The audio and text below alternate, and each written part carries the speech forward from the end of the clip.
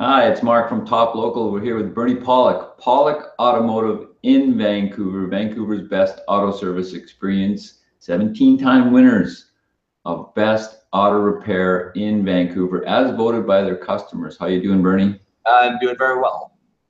So we're talking about another Mercedes-Benz this morning, a 2016, pretty new. We got last year's model. He did an A-level service. What was going on with this car? Well, basically, the car was just here for service. It's a regular client of ours. Just recently purchased this car used. Again, it's a 2016 C300 due for an A service. So that's what we did on the car. So it's a really new car. Don't most people take their new cars to the dealer?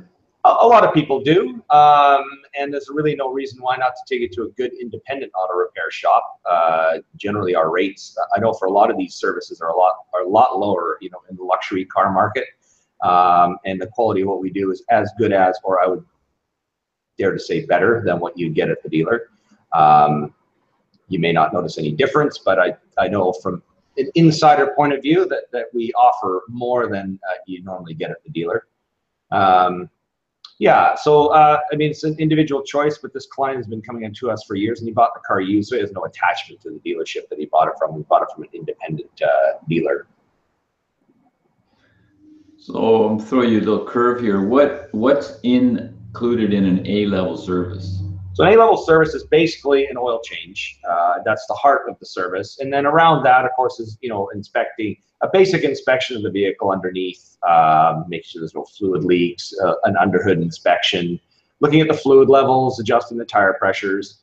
Of course, these are very these cars are the kind of thing like a lot of modern cars where they have tire pressure monitors, and there are things where you don't really even have to look at your lights in this car because a light will come on the dash telling you there's a bulb burnt out. We still look at them anyways, but the computer will tell you, hey, this bulb's burnt out, or if a tire's low on air, it'll tell you as well. So it's pretty good, pretty neat that way. I mean, this car's a high-end car, but there's a lot of even lower-end cars that have all those features as well. So it's pretty nice. But nonetheless, we look at all those things, make sure it's all good. I mean, the car won't tell you if there's a small oil leak or something developing, so you want to know these things ahead of time.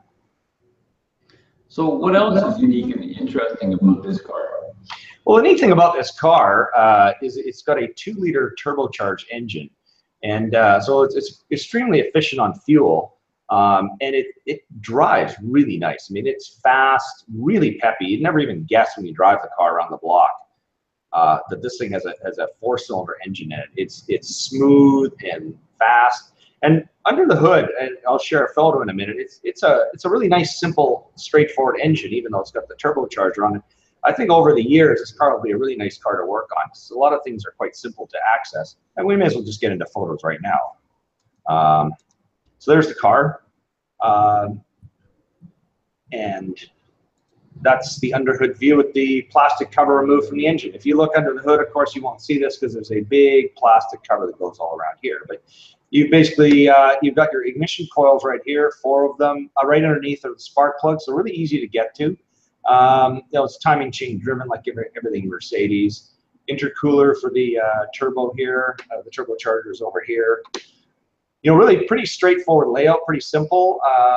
The oil and filter, easy to get to underneath. Actually, filter here, oil underneath. So overall, it's a pretty straightforward arrangement, and it really impresses me when I drive something like this, just how.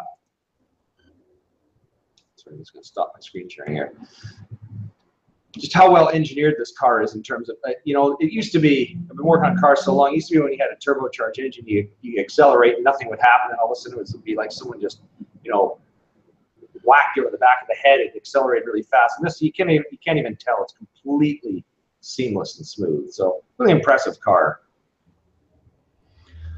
How reliable are these Mercedes C300? Well, that's an excellent question, and we won't really know the answer for a few more years to see what problems develop. And this is kind of the interesting thing with cars. Anyone can make critiques about a brand new car and go, "Oh, this is fabulous and it drives so great," but really down the road, how do we know how well it's built? We won't really know for a few years. And sometimes problems start to develop soon, and that's probably a good thing because then you can get everything covered under warranty and paid for, which is kind of what you want. You do have cars with engine failures that happen early, and That's all great when it's paid for. You don't really want to find out about those failures at like 6 years down the road when the warranty expired in 5 years.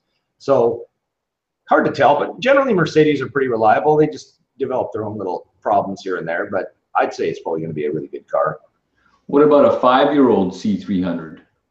5-year-olds are good. Yeah, we don't really see any problems with those. And interesting, I mean, we just did a video a few minutes ago about the C350 of 2010, and that was a V6. So it's kind of like the entry-level model had a V6, and now they've gone down to a 4-cylinder turbo for efficiency. So it's kind of neat to see, you know, again, you know, the gas mileage figures you get in a lot of newer cars are just way up there compared to previous models, and still lots of power. So it's pretty cool, you know, what's happened with developing in cars. But yeah, like a 5-year-old model, they're fine. There's really nothing that we see going on with them. But I would say don't buy one. So there you go. If you have a Mercedes in Vancouver, the guys to go see if you need service or repairs are Pawlik Automotive. You can reach them at 604-327-7112 to book your appointment, or check out our website, pawlikautomotive.com, or our YouTube channel under Pawlik Automotive. We've got a ton of great videos on there, a lot of activity. Thanks, Bernie. Thanks, Mark.